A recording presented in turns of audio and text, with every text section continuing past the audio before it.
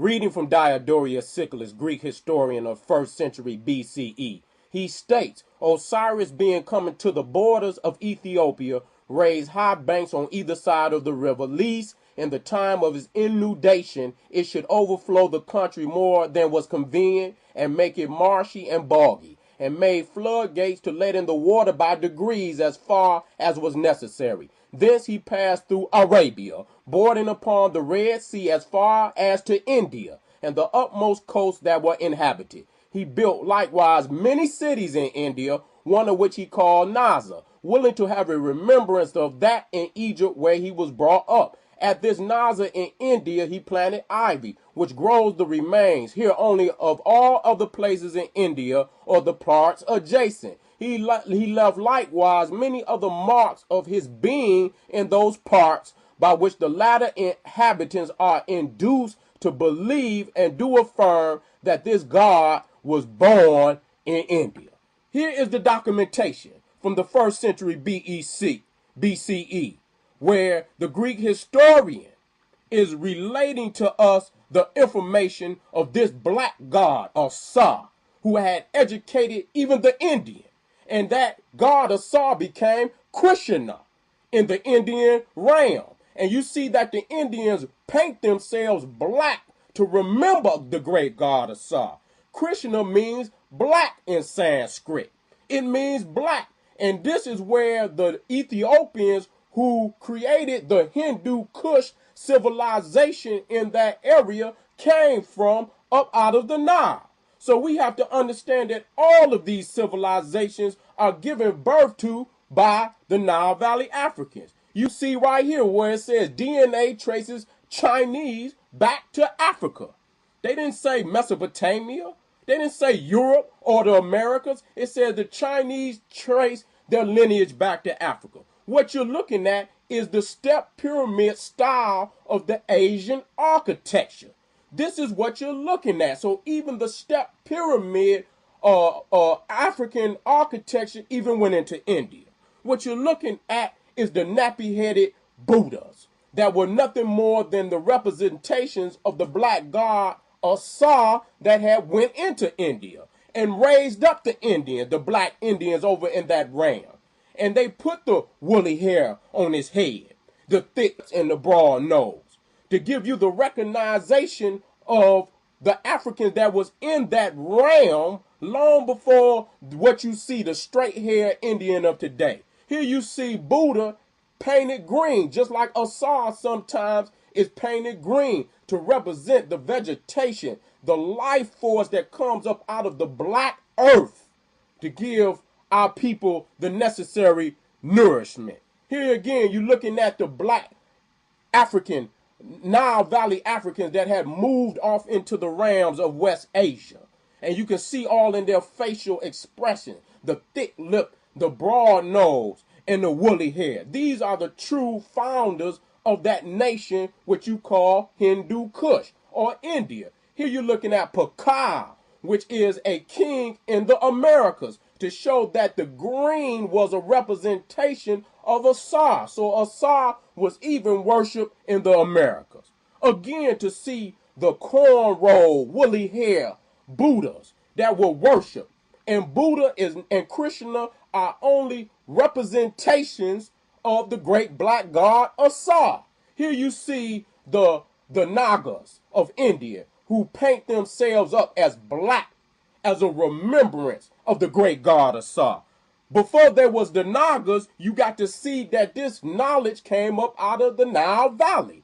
The Nagas is a representation of Nekbet, which is the cobra goddess that is upon the black sultan's headdress, to let you know that they are protected by that African woman. Here you're looking at the representation of the Africans on the wall. Pay close attention to that red dye. That red dye that even the Africans use back home on the continent. Here it is. They use the same red dye in Africa that they use in India. Again, we're going back to the step pyramid architecture that come up out of the Nile, that was first created by the great architect multi-genius Imhotep. Again, we're looking at the Buddha, the woolly-headed Buddha, the Christ of India and the West Asia, along with Krishna, which is a representation of the black god Asar. It was these Nile Valley Africans that moved from the Nile Valley into Mesopotamia and then went into India and then went into China. The man that you see there today was not always there. Again, we're looking at the step pyramid architecture. Even though it's not used in stone, it's still a representation of the step pyramid. And another worship, the worship of the golden calf that is in India. It comes from the worship of Heru that was taken into India by Asar and the Nile Valley Africans, the Ethiopians, that moved into that realm and started the Indian Kushite, Hindu Kushite civilization. The Nagas is a representation of Nekbet, the female deity that protects the sultans that is above their headdress. And they took this into India, China, Mesopotamia. You see it all over the world. But what must be known is that it first started in the Nile Valley. What you're looking at right here is Angkor Wat. Look at the water, the sacred lake, and then look at Waset. It's the same setup. And you got to see that. Now look at the pyramid in the back and then look at the obelisk. It is nothing but a Tekken. You got to understand that what you're seeing is Nile Valley science. All of the pyramid shapes in the architecture. This is a representation of the origins of where they came from. That they came up out of the Nile Valley where the pyramid was the main type of structure that was designed for the sultans for a very long time. So they took this knowledge into West Asia, Mesopotamia, China, and India. So when you look at this, you're not just looking at something that's abstract.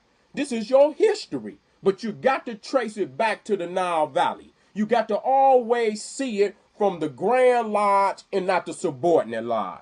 George M. James said that there was only one Grand Lodge in the ancient world, and that was Waset. And what you're looking at here is subordinate lodges, minor lodges where the priests went out all around the world and established these lodges. And when you look at Buddha and you're looking at Krishna and you're looking at Jesus and all of these figures, they represent nothing more than a priest that had been educated in the Nile and took that knowledge back home to where he originated from. But they had all gotten their education in the Nile. So the Naga, again, is nothing but a representation of Nekbet.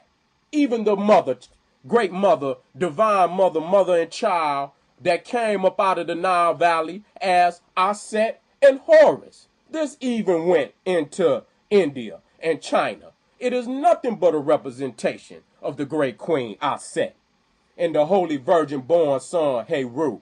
Here you're looking at the Buddha with the short dreadlocks. If you ever seen somebody that has short dreadlocks very close to their head, this is what they look like. This Buddha has the short, crisp dreadlocks. Another step pyramid design in the pagoda. The Chinese, Japanese, and West Asian pagoda. It is nothing but a form of the step pyramid. You got to understand this. So when Diodorus Siculus, who documents in the 1st century that the great god King Asar had went all around the world, in that same chapter, it states that he went all around the world and educated the world how to feed themselves. So this was documented in the 1st century AD. And then you got Jesse the Jerusalem Muslim and Father Kabbalah, another fake-ass scholar, the see-through Hebrew that want to come 3,000 years later and rewrite our history. Here is a black Chinese that was taken in the San Francisco Museum having discussion with the lighter-skinned Chinese. Here is another representation of the black god Krishna, who is nothing but a representation of the great god Assad that came up out of the Nile. Here you see another Sutan with Nekbet, the cobra goddess above his head, where the Naga came from up out of West Asia. Nekbet is not a Naga now, but that is where the Naga came from. As it went into Asia, it took on its own characteristic. But in the Nile Valley, it is a representation of the great goddess Nekbet. Hotep family.